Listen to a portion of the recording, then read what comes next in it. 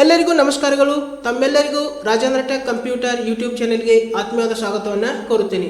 ನಾವು ಕಳೆದ ಕ್ಲಾಸಲ್ಲಿ MS Excel ಪ್ರಾಕ್ಟಿಕಲ್ ಕ್ಲಾಸ್ 24 ಇದರಲ್ಲಿ ಸ್ಟೂಡೆಂಟ್ ರಿಸಲ್ಟ್ ಶೀಟನ್ನು ಯಾವ ರೀತಿ ರೆಡಿ ಮಾಡೋದು ಅನ್ನೋದನ್ನು ತಿಳಿಸ್ಕೊಟ್ಟಿದ್ದೀನಿ.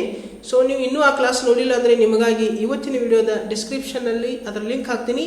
ತಾವು ದಯವಿಟ್ಟು ಲಿಂಕ್ ಓಪನ್ ಮಾಡಿ ಆ ಕ್ಲಾಸ್ ಕೂಡ ನೀವು ನೋಡ್ಕೋಬೋದು. ಸೊ ಇವತ್ತಿನ class MS Excel practical class 25. ಇವತ್ತಿನ ಕ್ಲಾಸ್ದಲ್ಲಿ ನಾವು ಸೀಟನ್ನು ಯಾವ ರೀತಿಯಾಗಿ ಪ್ರೊಟೆಕ್ಟ್ ಮಾಡ್ಕೊಳ್ಳೋದು, ಓಕೆ. ಸೊ ನಮ್ಮ ವರ್ಕ್ಬುಕ್ಕನ್ನು ಯಾವ ರೀತಿಯಾಗಿ ನಾವು ಪ್ರೊಟೆಕ್ಟ್ ಮಾಡ್ಕೋಬೇಕು ಪಾಸ್ವರ್ಡ್ ಹಾಕಿ, ಅದ್ರ ಜೊತೆಗೆ ಕೆಲವೊಂದು ಸೆಲ್ಗಳನ್ನು ಕೂಡ ನಾವು ಲಾಕ್ ಮಾಡ್ಕೋಬೇಕಾಗ್ತದೆ, ಓಕೆ. ಸೊ ಅವುಗಳನ್ನ ಸೆಲ್ಗಳನ್ನ ಯಾವ ರೀತಿ ಲಾಕ್ ಮಾಡೋದು ಮತ್ತು ಸೀಟನ್ನು ಯಾವ ರೀತಿ ಪ್ರೊಟೆಕ್ಟ್ ಮಾಡ್ಕೋಬೇಕು ಅನ್ನೋದನ್ನು ಇವತ್ತಿನ ಕ್ಲಾಸ್ದಲ್ಲಿ ನಾನು ನಿಮಗೆ ತಿಳಿಸ್ಕೊಡ್ತಾ ಇದ್ದೇನೆ. ಸೊ ದಯವಿಟ್ಟು ಪೂರ್ತಿಯಾಗಿ ವಿಡಿಯೋ ನೋಡಿರಿ. ಮತ್ತು ತಾವು ನಾನು ಅಪ್ಲೋಡ್ ಮಾಡಿದ ಎಲ್ಲ ಕ್ಲಾಸ್ಗಳನ್ನು ನೋಡಬೇಕಾದ್ರೆ ಪ್ಲೇ ಲಿಸ್ಟ್ಗಳಲ್ಲಿ ನಾನು ಪ್ರತಿಯೊಂದು ಕ್ಲಾಸನ್ನು ಒಂದು ಪ್ಲೇ ಲಿಸ್ಟ್ನಲ್ಲಿ ಇಟ್ಟಿದ್ದೇನೆ. ಸೊ ನೀವು ಪ್ಲೇ ಲಿಸ್ಟ್ಗಳನ್ನು ಓಪನ್ ಮಾಡಿರಿ ಮತ್ತು ಪ್ರತಿಯೊಂದು ಕ್ಲಾಸ್ಗಳನ್ನು ತಾವು ನೋಡಿಕೊಂಡು ನೀವು ಕೂಡ ಕಂಪ್ಯೂಟರ್ ಶಿಕ್ಷಣವನ್ನು ಪೂರ್ಣಗೊಳಿಸ್ಕೊಳ್ರಿ ಎಂದು ನಾನು ನಿಮ್ಮಲ್ಲಿ ಕೇಳ್ತಾ, ತಾವು ಹೊಸದಾಗಿ ನನ್ನ ಯೂಟ್ಯೂಬ್ ಚಾನಲ್ ನೋಡ್ತಾ ಇದ್ದರೆ ಮತ್ತು ಇನ್ನೂ ನನ್ನ ಯೂಟ್ಯೂಬ್ ಚಾನಲ್ ನೀವು ಸಬ್ಸ್ಕ್ರೈಬ್ ಮಾಡಿಲ್ಲ ಅಂದರೆ ದಯವಿಟ್ಟು ಸಬ್ಸ್ಕ್ರೈಬ್ ಮಾಡಿರಿ, ಬೆಲ್ ಐಕನ್ ಪ್ರೆಸ್ ಮಾಡಿರಿ, ನನಗೆ ಸಪೋರ್ಟ್ ಮಾಡಿರಿ ಅಂತ ತಮ್ಮಲ್ಲಿ ಕೇಳುತ್ತಾ ಇವಾಗ ಇವತ್ತಿನ ಪ್ರಾಕ್ಟಿಕಲ್ ಕ್ಲಾಸ್ 25 ನೋಡೋಣ, ಓಕೆ. ಸೊ ಇವಾಗ ನಾನು ಎಕ್ಸೆಲನ್ನು ಓಪನ್ ಮಾಡ್ಕೋತೀನಿ. ಎಕ್ಸೆಲನ್ನು ಓಪನ್ ಮಾಡಿದ ನಂತರ ನಾನು ಇಲ್ಲಿ ಏನು ಮಾಡಿದ್ದೀನಪ್ಪ ಅಂದ್ರೆ ಒಂದು ಸ್ಟೂಡೆಂಟ್ ಫೀಸ್ ಲಿಸ್ಟನ್ನು ರೆಡಿ ಮಾಡಿಟ್ಟಿದ್ದೀನಿ. ಇಲ್ಲಿ ಸೀರಿಯಲ್ ನಂಬರ್, ಸ್ಟೂಡೆಂಟ್ ನೇಮ್ ಮತ್ತು ಫೀಸ್ ಮತ್ತು ಇಲ್ಲಿ ಟೋಟಲ್ ಫೀಸ್ ಅಮೌಂಟ್ ಎಷ್ಟಾಗಿದೆ ಅದನ್ನು ಕೂಡ ನಾನು ಎಲ್ಲ ರೆಡಿ ಮಾಡಿ ಇಟ್ಟಿದ್ದೇನೆ.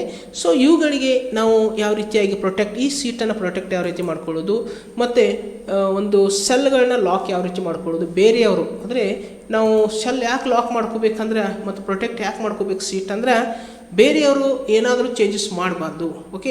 ಬೇರೆಯವರಿಂದ ಒಂದು ನಮ್ಮ ಸೀಟದಲ್ಲಿ ಇರ್ತಕ್ಕಂಥ ಡೇಟಾವನ್ನು ಸಂರಕ್ಷಣೆ ಮಾಡಲು ನಾವು ಏನು ಮಾಡಬೇಕಾಗ್ತದೆ, ಪ್ರೊಟೆಕ್ಟ್ ಸೀಟಿಗೆ ನಾವು ಪಾಸ್ವರ್ಡ್ ಕೊಡಬೇಕಾಗ್ತದೆ. ಮತ್ತು ನಮಗೆ ಯಾವ ಬೇಕಲ್ಲ ಆ ಕಾಲಮ್ ಆ ಸೆಲ್ಗಳಿಗೆ ನಾವು ಏನು ಮಾಡ್ಕೋಬೋದಪ್ಪ ಅಂದರೆ ನಮಗೆ ಬೇಕಾದಂಥ ಯಾವುದು ಡೇಟಾಕ್ಕೆ ನಾವು ಲಾಕ್ ಮಾಡ್ಕೋಬೇಕು ಸೆಲ್ಲ, ಆ ಒಂದು ಸೆಲ್ಗಳನ್ನ ನಾವು ಏನು ಮಾಡ್ಕೋಬೋದು, ಲಾಕ್ ಮಾಡ್ಕೋಬೋದು. ಸೊ ಇವುಗಳನ್ನ ಪ್ರೊಟೆಕ್ಟ್ ಸೀಟು ಮತ್ತು ಶೆಲ್ಗಳನ್ನ ಯಾವ ರೀತಿ ಲಾಕ್ ಮಾಡೋದು ಅನ್ನೋದನ್ನು ಈಗ ಪ್ರಾಕ್ಟಿಕಲ್ ಆಗಿ ನೋಡೋಣ. ಇವಾಗ ಫಸ್ಟ್ ನಾವು ಏನು ಮಾಡ್ಕೋಬೇಕಂದ್ರೆ ಇಲ್ಲಿ ಸೆಲೆಕ್ಟ್ ಮಾಡ್ಕೋಬೇಕು. ಸೊ ಓಕೆ, ಸೊ ಆಲ್ ಎಲ್ಲ ಸೆಲೆಕ್ಟ್ ಮಾಡ್ಕೋಬೇಕು. ಇಲ್ಲಿ ಮೌಸನ್ನು ಕ್ಲಿಕ್ ಮಾಡ್ಕೊಳ್ರಿ. ಕ್ಲಿಕ್ ಮಾಡಿದ ನಂತರ ಆಲ್ ಸೆಲೆಕ್ಟ್ ಆಗ್ತದೆ. ಆಲ್ ಸೆಲೆಕ್ಟ್ ಆದ ನಂತರ ಇಲ್ಲಿ ರೈಟ್ ಕ್ಲಿಕ್ ಮಾಡ್ಕೋಬೇಕು, ಓಕೆ. ಸೊ ಇಲ್ಲಿ ರೈಟ್ ಕ್ಲಿಕ್ ಮಾಡಿದ ನಂತರ ಇಲ್ಲಿ ನೋಡ್ಕೋಬೋದು, ಇಲ್ಲಿ ಫಾರ್ಮ್ಯಾಟ್ ಸೆಲ್ಸ್ ಅಂತ ಬರ್ತದೆ. ಸೊ ಇಲ್ಲಿ ಫಾರ್ಮ್ಯಾಟ್ ಸೆಲ್ಸ್ ಮೇಲೆ ಮೌಸನ್ನು ಕ್ಲಿಕ್ ಮಾಡ್ಕೋಬೇಕು. ಸೊ ಇಲ್ಲಿ ಕ್ಲಿಕ್ ಮಾಡಿದ ನಂತರ ಇಲ್ಲಿ ಲಾಕ್ಡ್ ಅಂತೇಳಿ ಆಪ್ಷನ್ ಸೆಲೆಕ್ಟ್ ಆಗಿದೆ, ಓಕೆ. ಸೊ ಇಲ್ಲಿ ನೋಡ್ಕೋಬೋದು ಲಾಕ್ಡ್. ಸೊ ಇವಾಗ ಏನು ಮಾಡ್ತೀನಪ್ಪ ಅಂದರೆ ಇದನ್ನು ಲಾಕ್ಡ್ ತೆಗೆದು ಬಿಡ್ತೀನಿ, ಓಕೆ. ಈ ಚೆಕ್ ಬಾಕ್ಸನ್ನು ಏನು ಮಾಡಿದ್ದೀನಿ, ತೆಗೆದು ಬಿಟ್ಟಿದ್ದೀನಿ, ಓಕೆ.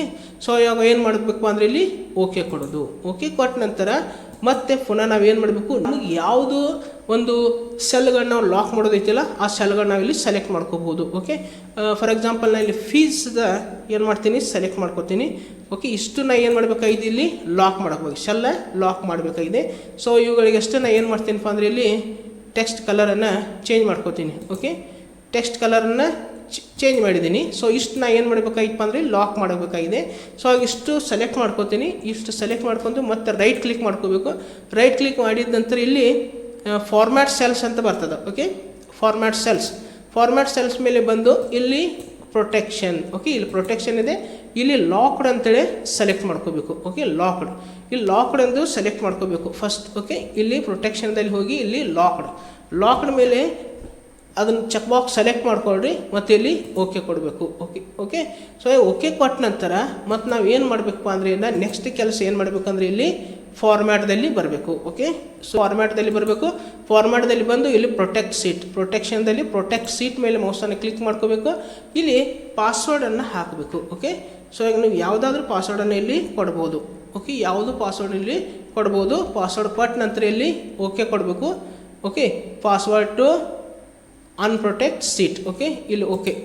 ಮತ್ತೆ ಪುನಃ ಎಂಟರ್ ಅದೇ ಪಾಸ್ವರ್ಡನ್ನು ಮತ್ತೊಂದು ಸಲ ಇಲ್ಲಿ ನಾವೇನು ಮಾಡಬೇಕು, ಟೈಪ್ ಮಾಡ್ಕೋಬೇಕು ಮತ್ತು ಇಲ್ಲಿ ಓಕೆ ಕೊಡಬೇಕು. ಓಕೆ ಕೊಟ್ಟ ನಂತರ ನಾವಿಲ್ಲಿ ನೋಡ್ಕೋಬೋದು, ಈಗ ನಾವಿಲ್ಲಿ ನೇಮ್ ಚೇಂಜ್ ಮಾಡ್ಕೋಬೋದು, ಓಕೆ.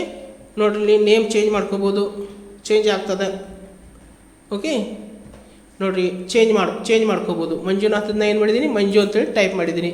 ಸೊ ಇವಾಗ ನಂಬರನ್ನು ನಾವಿಲ್ಲಿ ಏನು ಮಾಡ್ಕೋಬೋದು, ಚೇಂಜ್ ಮಾಡ್ಕೋಬೋದು. ಓಕೆ, ಇಲ್ಲಿ 9 ಇದ್ದರೆ 10 ಮಾಡ್ಕೋಬೋದು ಸೀರಿಯಲ್ ನಂಬರ್.